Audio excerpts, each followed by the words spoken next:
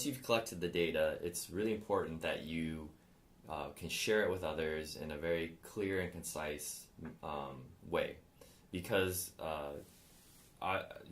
first of all, people are busy, especially when we're talking to managers or other scientists, and so they don't have a lot of time to sort of digest very complicated graphs or figures, and so we try to present it in this most simple way that we can to get the point across. And when I was in school, my advisor would always told me, like, a picture is worth 1,000 words, and so you can very easily get a point across with a picture than you can with a very complicated graph or a very complicated paragraph describing your findings.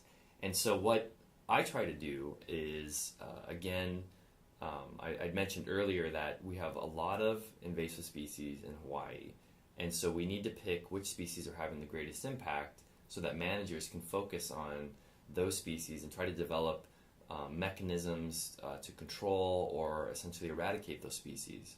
And so what I've done over the last 10 years is I've collected information on mosquito fish, and I've given presentations to resource managers and to other scientists, and I feel that those graphs and those figures have identified that, yes, mosquito fish are a concern, and we need to figure out a way to deal with them. And so it's also led to additional research, because every time you ask a question and you answer it, you have essentially 10 more questions to ask. And so our research on the mosquito fish has really grown and to several other studies to try to get at exact mechanisms, again, how they're impacting the native fish in the streams. As a result, there have been efforts by various agencies to try to control these species. So, for example, on the island of Kauai, in the valley of Hanalei, there is a big concern there because the river is full of these invasive fish. And based upon the data that we've shared with the managers, we have designed a barrier that essentially keeps the exotic fish out of the native area that they're trying to manage. And it's proven to be pretty effective.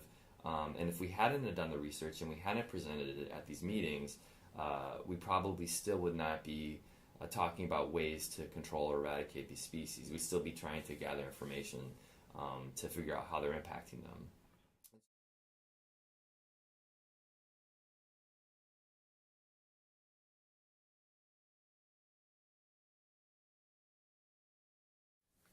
I think of the advice that one of my professors gave me when I was in college, and that is, if it's not fun, don't do it.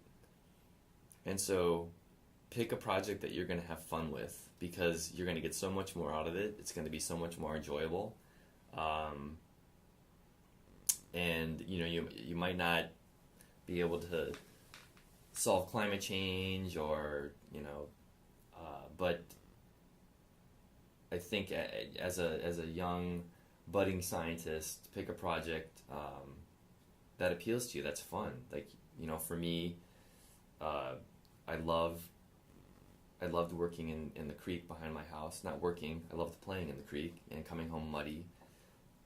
And so think about what you like to do, and then figure out how you could incorporate science into creating an experimental design. And that way you'll generate some potentially interesting data, and you'll have a lot of fun.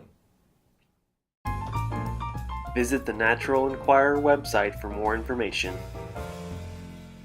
There you can learn more about how to explain your results and interpret them.